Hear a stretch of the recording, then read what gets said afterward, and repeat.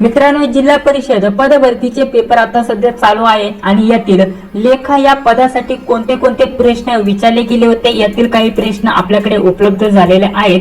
त्या सर्व प्रश्नांचं स्पष्टीकरण आजच्या या व्हिडिओच्या माध्यमाने तुम्हाला भेटणार आहे. त्यासाठी नक्कीच या व्हिडिओला पूर्ण बघा. तर बघा, आपल्याला पहिला प्रश्न काय दिलेला आहे, टुरिझम डे कधी होता असा प्रश्न विचारलाय.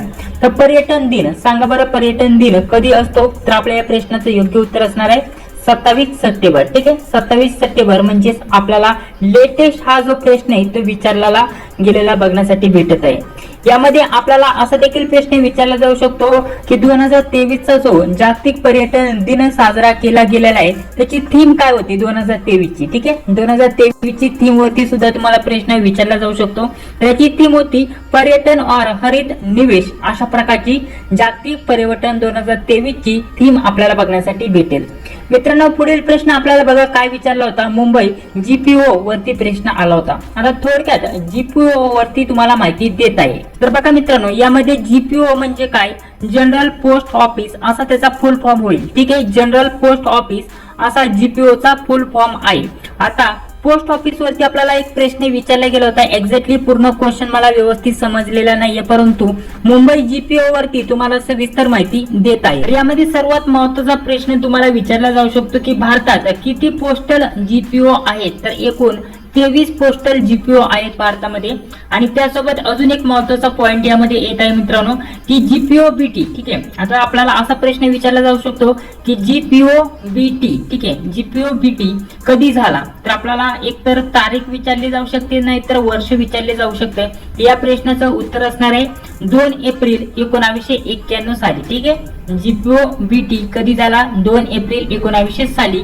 हे आपल्याला माहिती असणं गरजेचं आहे. चला, पुढील प्रश्न काय दिलेला आहे, खालीलपैकी कोणते नॅशनल पार्क महाराष्ट्रामध्ये येत नाही? आपल्याला डायरेक्टली त्या मुलांनी ज्यांनी मला पाठवलेलं आहे त्यांनी उत्तर देखील सांगितलेलं आहे महादेव नॅशनल. आता बाकीचे काही पर्याय दिलेले असतील त्यापैकी कोणते येत नाही, तर या प्रश्नाचं योग्य उत्तर असणार आहे महादेव नॅशनल. बाकीचे पर्याय आपल्याकडे उपलब्ध नाहीये. चला, पुढील प्रश्न बघूया. तर बघा, आपला पुढील प्रश्न काय दिलेला आहे, ड्रोन शक्ती 2023 कोठे पार पडली? तर सांगा बरं या प्रश्नाचं योग्य उत्तर काय असणार आहे? तर या प्रश्नाचं योग्य उत्तर असणार आहे गाझियाबाद, जे काय आहे उत्तर प्रदेश. ठीक आहे, उत्तर प्रदेश. आणि उत्तर प्रदेश मध्ये कुठे? गाझियाबाद. ठीक आहे, गाझियाबाद या ठिकाणी आपल्याला ड्रोन शक्ती 2023 हा जो कार्यक्रम आहे हा पार पडला असं आपल्याला सांगता येईल. बघा, पुढील प्रश्न काय दिलेला आहे, व्ही शांतारामन कोणत्या जिल्ह्याचे होते? तर कोणत्या जिल्ह्याचे होते सांगा बरं या प्रश्नाचं योग्य उत्तर काय असणार आहे? तर कोल्हापूर या प्रश्नाचं योग्य उत्तर असणार आहे. असा देखील तुम्हाला प्रश्न विचारला जाऊ शकतो की यांचा जन्म कधी झाला? तर जन्म झालेला आहे 18 नोव्हेंबर. ठीक आहे, जन्म झालेला 18 नोव्हेंबर 1901 साली. हे आपल्याला माहिती असणं गरजेचं असणार आहे. आणि हे जे आहेत अभिनेता, निर्माता आणि दिग्दर्शक होते, या क्षेत्रामध्ये त्यांनी कामगिरी केलेली आहे असं तुम्हाला सांगता येईल मित्रांनो. तर चला, पुढील प्रश्न बघूया. खूपच महत्त्वाचे प्रश्न उत्तर आपण बघत आहोत मित्रांनो. अशाच प्रकारचे तुम्हाला प्रश्न पुढील परीक्षेसाठी विचारले जाऊ शकतात. पुढील प्रश्न काय दिला होता, गोदावरीने किती टक्के क्षेत्र व्यापले आहे? तर आता गोदावरी विषयी थोडक्यात माहिती सांगत आहे मित्रांनो. यावरती वारंवार तुम्हाला प्रश्न विचारलेले बघण्यासाठी भेटून जातील.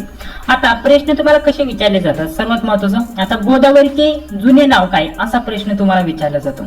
तर गोदावरीचं जे जुनं नाव आहे दक्षिण गंगा. ठीक आहे, दक्षिण गंगा हे गोदावरीचं जुनं नाव आहे. त्याला दुसरं अजून एक नाव आहे, जुनंच नाव सांगा बरं, रुद्रगंगा. ठीक आहे, रुद्रगंगा हे गोदावरीचे 2 जुने नाव आहेत. हे आपल्याला माहिती असणं गरजेचं आहे. आता यावरती तुम्हाला प्रश्न विचारला जातो. पुढे अजून सांगतो. आता क्षेत्रफळाविषयी तर चर्चा आपण करणारच आहोत मित्रांनो. आता कोणकोणत्या आणि किती जिल्ह्यांमध्ये वाहते त्या वस्ती तुम्हाला प्रश्न विचारले जातात. त्यानंतर गोदावरीचे आता क्षेत्रफळावरती प्रश्न विचारलाय. आपल्याला महाराष्ट्राचे क्षेत्रफळ विचारले जाऊ शकतं. त्याचबरोबर इतर ज्या पण राज्यातून वाहते तर त्याचं क्षेत्रफळ विचारलं जाऊ शकतं. तर बघा, आता थोडक्यात आता क्षेत्रफळाविषयी माहिती विचारली तर थोडक्यात त्याविषयी माहिती आपण बघूया. आता डायरेक्टली गोदावरी खोऱ्याविषयी आपण माहिती बघूया. ठीक आहे, संपूर्ण गोदावरी खोऱ्याने किती क्षेत्र व्यापलेलं आहे त्याविषयी माहिती बघूया. आता टोटल जर विचार केला तर 3,12,812 चौरस किलोमीटर एवढं गोदावरी खोऱ्याने टोटल क्षेत्र व्यापलेलं आहे. हे टोटल झालं.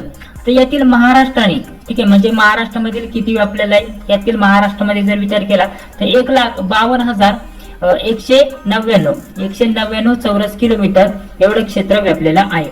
त्यामध्ये जर विचार केला दुसरं राज्याचा विचार केला तर दुसरं महत्वाचं राज्य असणार आहे आंध्र प्रदेश. ठीक आहे, आंध्र प्रदेश.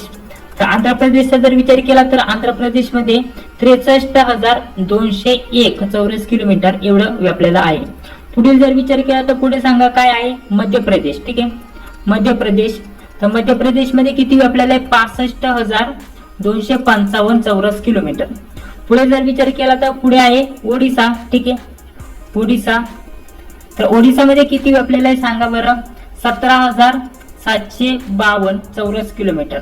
अशा प्रकारचे जे पण महत्वाचे आपले राज्य आहेत त्यामध्ये गोदावरी खोऱ्याने किती क्षेत्र व्यापलेले आहे हे तुम्हाला माहिती असणं गरजेचं असणार आहे मित्रांनो. अशा प्रकारची ही माहिती आहे. आणि यामध्ये अजून एक राज्य राहिलं, सॉरी. तर इथे अजून एक राज्य नोट करून घ्या तुम्ही. यामध्ये कर्नाटक राहिलं. कर्नाटकमध्ये जर विचार केला तर 4,405 चौरस किलोमीटर एवढं क्षेत्र गोदावरी नदीने खोऱ्याने व्यापलेले आहे असं आपल्याला सांगता येईल मित्रांनो. तर ही इतर माहिती तुम्ही नोट करून घेऊ शकता. तर आता किती टक्के क्षेत्र व्यापलं होतं कुठलं काय मला नक्की समजला नाही प्रश्न, परंतु गोदावरी नदीवरती जे पण प्रश्न विचारले जातात त्यांचं स्पष्टीकरण तुम्हाला देण्याचा प्रयत्न केलेला आहे. मागील परीक्षांचा जर विचार केला तर त्यामध्ये गोदावरी नदीचे जुने नाव काय यावरती प्रश्न आलेला आहे तेही मी तुम्हाला सांगितलं. इतर आता गोदावरी कोणकोणत्या जिल्ह्यांतून वाहते यावरती तुम्हाला प्रश्न विचारला जातो. हे जे पण पॉइंट्स आहेत व्यवस्थित तुम्ही करून ठेवा मित्रांनो. पुढील प्रश्न बघा काय दिलेला आहे, जालनामध्ये 1992 ला कोणता सब डिव्हिजन ऍड झाला, सांगा बरं या प्रश्नाचं योग्य उत्तर. तर या प्रश्नाचं एक्झॅक्टली उत्तर मलाही सांगता येत नाहीये. नक्की मी या प्रश्नाचं उत्तर 100% खरं सांगू शकत नाहीये. थोडंसं रिसर्च करेल त्यानंतर कमेंट बॉक्समध्ये तुम्हाला या प्रश्नाचं उत्तर कमेंट बॉक्समध्ये सांगून टाकेल. जर तुम्हाला माहिती असेल तर या प्रश्नाचं उत्तर नक्की सांगण्याचा प्रयत्न करा. इथे जालना जिल्ह्याविषयी इथं माहिती विचारली गेली मित्रांनो. तर जालना जिल्ह्यामध्ये किती तालुके आहेत असा देखील प्रश्न विचारला जाऊ शकतो. तर जालना जिल्ह्यामध्ये एकूण 8 तालुके आहेत अशा प्रकारचं आपल्याला माहिती असणं गरजेचं असणार आहे. ठीक आहे, 8 तालुके. बघा पुढील प्रश्न तुम्हाला योजनेवरती विचारला गेला होता, वयोमर्यादा किती आहे तर त्या प्रश्नाचं योग्य उत्तर होतं 18 ते 50 एवढी वयोमर्यादा आहे. पुढील आपल्याला INS मेंद्रागिरी कोठे तयार करण्यात आली अशा प्रकारचा प्रश्न विचारला होता. तर INS मेंद्रागिरी याविषयी तुम्हाला माहिती देत आहे. तर यामध्ये जर विचार केला तर नाव आहे INS मेंद्रागिरी. जर विचार केला ओनर कोण आहे तर इंडियन नेव्ही ओनर आहे. त्यानंतर बिल्ड कोणा केली, तयार कोणी केली तर जर विचार केला तर माझगाव डॉक लिमिटेड. ठीक आहे, MDL या कंपनीने ही बनवलेली आहे. त्यानंतर जर विचार केला कधी बनवली किंवा लॉन्च केली असा सुद्धा प्रश्न विचारला जाऊ शकतो की INS मेंद्रागिरी कधी लॉन्च केली तर 1 सप्टेंबर. ठीक आहे, 1 सप्टेंबर 2023 या दिवशी लॉन्च केलेली आहे. ठीक आहे, आता सध्या ही कार्यरत आहे असं देखील तुम्हाला सांगता येईल मित्रांनो. तर मित्रांनो पुढे व्हिडिओ कंटिन्यू करण्याबद्दल आपल्यासाठी खूपच आले होते. आपल्याला योग्य जी स्पेलिंग आहे ती ओळखायची होती मित्रांनो. 2 प्रश्न होते यावरती. पॅराजंबल वरती 4 प्रश्न होते. आता पॅराजंबल वरती आपण आपल्या नोट्स मध्ये डिटेल मध्ये समजून सांगितले, मराठीमध्ये स्पष्टीकरण दिले आणि त्यासोबत काही उदाहरणं सुद्धा तुम्हाला स्पष्टीकरणासोबत सोडून दिलेत मित्रांनो. तर त्यावरती 4 प्रश्न विचारले गेले होते. पुढे चला आपल्याला करेक्ट सेंटेन्स वरती सुद्धा 4 प्रश्न आले होते मित्रांनो. त्यानंतर पॅसेज वरती तुम्हाला 5 प्रश्न येत आहे मित्रांनो. खूपच महत्त्वाचं असणार आहे पॅसेज. 5 प्रश्न म्हणजे 10 गुण. पुढे जर विचार केला तर वरती आपल्याला 4 प्रश्न होते आणि याही गोष्टींचा समावेश होता. तर पुढे जर विचार केला तर रिझनिंगचा विचार करूया, गणित बुद्धिमत्तेचा विचार करूया. यामध्ये आपल्याला सिटिंग अरेंजमेंट वरती 5 प्रश्न होते. एवढे 5 नसणार आहे, इथं 5 दिलेले आहेत परंतु 5 नसणार आहे एवढे. यावरतीच आपल्याला जास्तीत जास्त 2 ते 3 प्रश्न बघण्यासाठी भेटले असतील आणि बाकी त्याच्याच रिलेटेड दुसरे जे टॉपिक आहे आपण आपल्या बुद्धिमत्तेच्या नोट्स मध्ये हे सर्व टॉपिक दिलेत त्यावरती प्रश्न असणार मित्रांनो. ठीक आहे, जर विचार केला तर आपल्याला पझल बेस इथं 5 प्रश्न विचारले होते. तर जे पण आपल्याला पझल असतं ते सोडवायचं असतं तशा प्रकारचे 5 प्रश्न विचारले गेले होते. तर अशा प्रकारचे रिझनिंग वरती प्रश्न आले होते आणि मॅथचे जे क्वेश्चन होते ते अवघड वाटले थोडे. 3-4 क्वेश्चन मॅथचे होते. बघा मराठीचा जर विचार केला तर मराठी या विषयावरती कोणकोणते प्रश्न आले होते. इथे बघा आपल्याला अचूक शब्द, अचूक वाक्य रचना, ठीक आहे, रचना, ठीक आहे, यावरती प्रश्न विचारले गेले होते. म्हणजेच अचूक शब्द, अचूक वाक्य रचना यावरती प्रत्येकी एक प्रश्न विचारला गेला होता.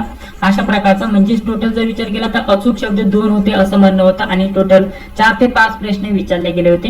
त्यानंतर जर म्हटलं तर क्लोज टेस्ट वरती 5 प्रश्न होतं आणि त्यानंतर जर विचार केला व्याकरणावरती सुद्धा प्रश्न आले होते 3-4 आणि बाकीचे जर विचार केला तर नॉर्मल म्हणी, वाक्प्रचार, त्यानंतर समानार्थी, विरुद्धार्थी आणि बाकी अशाच प्रकारचे मराठीवरती प्रश्न विचारले होते आणि मराठी माहिती